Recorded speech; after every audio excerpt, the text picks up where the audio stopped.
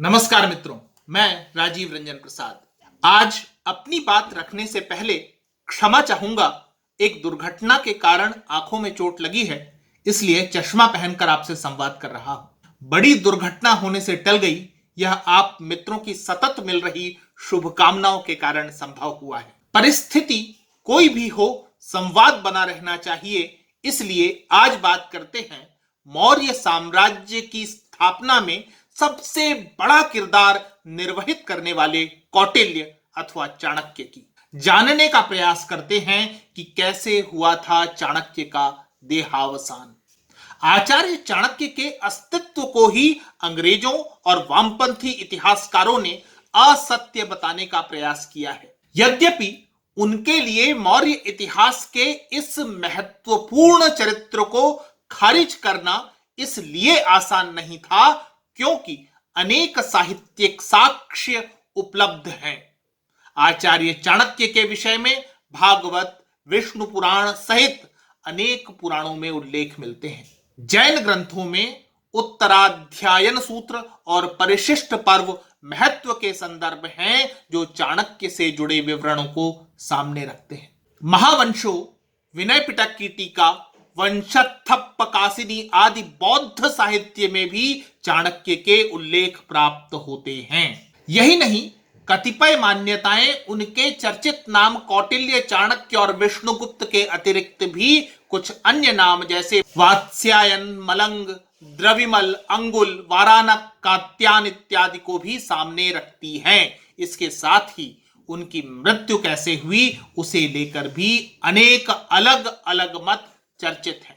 जिस व्यक्ति का जीवन और कर्म अत्यधिक रहस्यमयी रहा हो, उसके विषय में सीधी सीधी जानकारी कैसे मिलना संभव है। आचार्य चाणक्य की मृत्यु कैसे हुई उसे लेकर विभिन्न संदर्भों से तीन संभाव्यताएं सामने आती हैं। पहले निरपेक्षता से तीनों को अलग अलग विवेचित करते हैं, अंत में निष्कर्षों पर विमर्श प्रस्तुत करूंगा। पहली मान्यता के अनुसार चंद्रगुप्त को मगध की सत्ता पर स्थापित करने, सभी शत्रुओं से राज्य को निष्कंटक करने के बाद अमात्य राक्षस के नेतृत्व में सत्ता का प्रधानमंत्रित्व छोड़कर चाणक्य जंगल चले गए और फिर कभी वापस नहीं लौटे, जैसे उनके जीवन का लक्ष्य पूरा हो गया हो और अब कोई आकांक्षा न बची।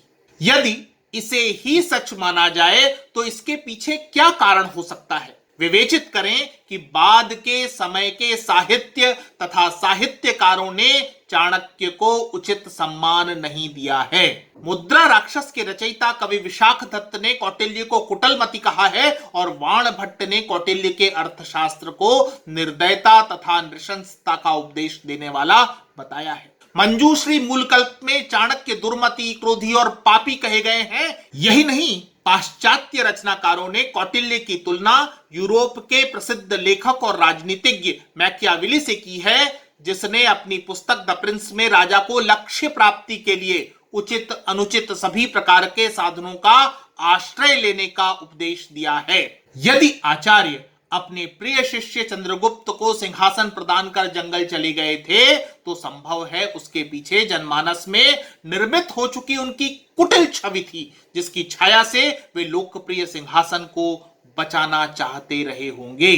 क्या वे सिद्ध करना चाहते थे कि कुटिलताओं का समय चला गया, अब मौर्यों के माध्यम से उत्कर्ष का कालखंड भारतवर्ष के लिए उदित हुआ है? चाणक्य की मृत्यु से जुड़ी दूसरी मान्यता के अनुसार चंद्रगुप्त की यवन पत्नी हेलेना ने उन्हें जहर देकर मार दिया था। वस्तुतः साम्राज्य स्थापना के पश्चात चंद्रगुप्त का शासन समय आम तौर पर शांतिपूर्ण रहा। एकमात्र बड़ा आक्रमण यवनों की ओर से हुआ। सिकंदर के प्रमुख सेनापतियों में से एक सेल्यूकस को विभाजित मैसेडोनियन साम्राज्य का बड़ा हिस्सा प्राप्त हुआ था।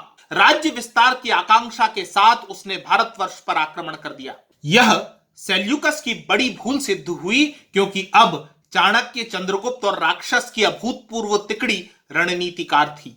सेल्यूकस न केवल पराजित हुआ अपितु उसे चंद्रगुप्त के साथ संधि भी करने के लिए बाध्य होना पड़ा। यूनानी इतिहासकार लिखते हैं कि सेल्यूकस को अपने परोपनिषदि आर्कोशिया, आर्या तथा जड्रोशिया क्षेत्र चंद्रगुप्त को हस्तगत करने पड़े।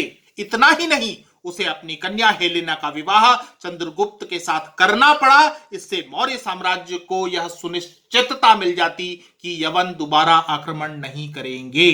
सद्भावना प्रदर्शित करते हुए सेल्यूकस को चंद्रगुप्त की ओर से 500 हाथी प्रदान किए गए थे। विवाह भी हो गया, राजनीतिक समझौता भी हो गया, परंतु यदि हेलेना ने चाणक्य को मारा होगा तो क्यों? शायद पिता के पराजय का कारण मानकर प्रतिशोध के लिए, शायद यवन देश के प्रति भक्ति से बाध्य होकर, अथवा शायद इसलिए क्योंकि आचार्य ने अपने सम्राट शिष्य को यह समझाइश दी थी कि हेलेना को विदेशी कन्या मानते हुए उसके पुत्र को सिंहासन से वंचित किया जाना चाहिए। इसी से मौर्य राष्ट्र सुरक्षित रह सकता है। आचार्य चाणक्य की मृत्यु को लेकर तीसरी प्रबल मान्यता है कि मौर्य सम्राट बिंदुसार के शासन समय में उनके एक अमात्य सुबंधु ने ईर्ष्यावश अनेक तरह के षड्यंत्र रचे। बिंदुसार को आचार्य पर अविश्वास रहा हो अथवा सुबंधु के बहकावे में आ गए हों, ऐसा मानने में संदेह इस कारण होता है कि कुछ संदर्भों के अनुसार चंद्रगुप्त के बाद भी आचार्य चाणक्य का मगध की राजनीति में पर्याप्त दखल रहा। सम्राट बिंदुसार ने चाणक्य के सहयोग से ही 16 राज्यों को मौर्य ध्वज के अंदर मिलाया, एक समुद्र से दूसरे समुद्र पर्यंत अपनी सत्ता कायम की। आचार्य से बड़ा कूटनीतिज्ञ तो कोई नहीं, फिर एक साधारण बुद्धि वाला अमात्य सुबंधु कैसे अपनी साजिशों षड्यंत्रों में सफल हो सकता है? अथवा बिंदुसार कान का कच्चा शासक था जिसका लाभ उसके अमात्य सुबंधु ने भरपूर उठाया। सुबंधु ने सम्राट को विश्वास दिलाया कि उनकी माता की आचार्य द्वारा विष देकर हत्या की गई थी। सम्राट के इस बात पर विश्वास कर लेने से आहत आचार्य चाणक्य ने वानप्रस्थ उचित समझा और जंगल की ओर चले गए। बाद में दाई के बयान से बिंदुसार को ज्ञात हुआ कि विष कन्याएं कोई प्रभाव न कर सकें। इसी सोच के साथ वैद्यों के परामर्श से आचार्य थोड़ी थोड़ी मात्रा में विष सम्राट चंद्रगुप्त को खीर में मिलाकर दिया करते थे। उनके शरीर को ऐसा बना दिया गया था कि कालकूट का प्रभाव भी न हो। विष की मात्रा धीरे धीरे बढ़ाई गई जिससे प्राण सुरक्षित रहें, साथ ही शरीर पर औषधि की तरह प्रभाव दे सके। सम्राट चंद्रगुप्त आचार्य के सम्मुख उनके परीक्षण उपरांत ही यह खीर ग्रहण किया करते थे। उस दिवस आचार्य विलंब से पहुंचे। भूलवश राजमाता ने विष का प्याला ग्रहण कर लिया, केवल कुछ घूंट ही। तभी आचार्य आ गए। उन्होंने प्याला साम्राज्ञी के हाथ से छीन लिया। साम्राज्ञी पर अगले ही पल विष का प्रभाव दिखने लगा।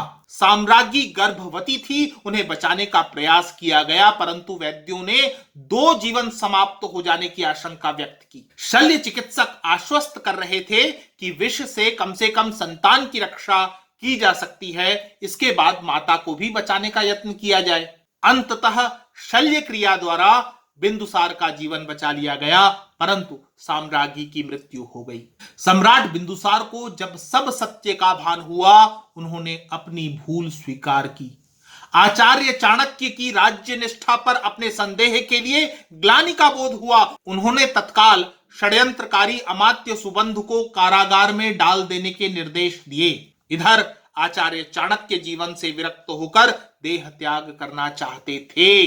वन में एक कुटिया में निर्वसित रहते हुए उन्होंने अन्न जल का त्याग कर दिया था।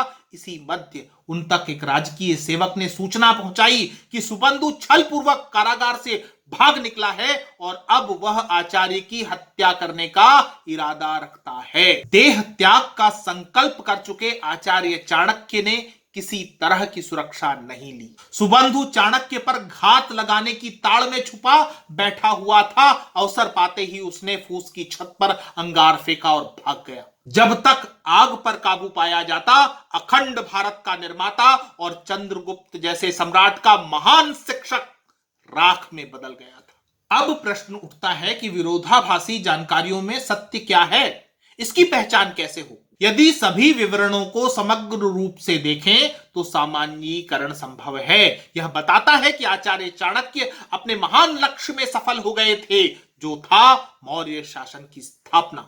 आचार्य इस बात से भी परिचित थे कि जनमानस में उनके कार्यों के प्रति भले ही कृतज्ञता हो, परंतु वे कुटिल माने जाते हैं और कुख्यात हैं। आचार्य के विरुद्ध राजमहल के भीतर हेलेना ने षड्यंत्र किया हो अथवा राज्यसभा में अमात्य सुबंधु ने, इस बात से इनकार नहीं किया जा सकता कि उन्हें मार्ग से हटाने के लिए कई लालायित रहे होंगे। इसीलिए एक नहीं समान लगने वाली कई कहानियां संदर्भों और जनश्रुतियों में मिल जाती हैं। आचार्य निर्वासित किए गए अथवा स्वयं ही विरक्त होकर वन चले गए, अन्न जल का त्याग कर दिया, जल जाने से उनकी मृत्यु हुई, सभी कड़ियां अलग अलग संदर्भों में अलग दिखती हैं, परंतु एक साथ जोड़कर देखें, शब्दार्थ के स्थान पर भावानुवाद का प्रयास करें तो स्पष्ट होता है कि बात एक ही है, भांति भांति से कही गई है। उपसंहार में यही कहना चाहूंगा कि आचार्य चाणक्य न भूतो न भविष्यति की श्रेणी के दूरदृष्टा और राष्ट्र निर्माता थे। उनके जन्म और मृत्यु की तिथि तथा कारणों के सत्यापन से अधिक यह स्मरण रखना आवश्यक है कि उन्होंने इस भारत भूमि के लिए क्या और कितना योगदान दिया है। मित्रों, आज इतना ही। फिर मिलता हूं ऐसी ही किसी कहानी के साथ। अगर आपको मेरा यह चैनल पसंद आ रहा है तो कृपया इसे सब्सक्राइब करें। आप इस कहानी को लाइक या शेयर भी कर सकते हैं। नमस्कार।